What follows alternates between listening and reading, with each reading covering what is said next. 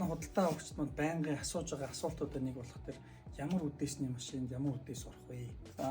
Зарагдж байгаа бүх үдээсний машинууд нь үдээс нь өөрөө кодтой байждаг.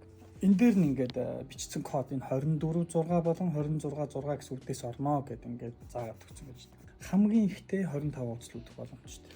Үдээсний машин дээр байгаа үдээснийхэн дагуу үдээсийг авчна. За одоо энэ үдээсний машин би жишээ нь ингээд энэ дээр 24 6 гэж бичсэн энэ 24 6 гэж бичсэн энийг авч байна. За үдээс нь болохоор ингээд олон янз байгаа. За номер 10 үдээс гэж байгаа энэ жижиг үдээс. Энэ үдээсийг юунд ашиглах вэ гэхээр цаана 2-оос 10 хуудас үзэх гэж байгаа хүн л ашиглана. Ер нь нэг хуудсыг бол үднэ гэж байхгүй шүү дээ. За том үдээс нь болохоор стандарт үдээс хэдүүлээ нэг 24 6-гийн л ер нь стандарт үдээс гэдээ ярьчвал хамаагүй амар. Угаасаа л нөгөө баг ихэнх юм таардаг бид нар ихэнхдээ хэрэгжилж идэг. За нуруугаараа юм ялгаатай.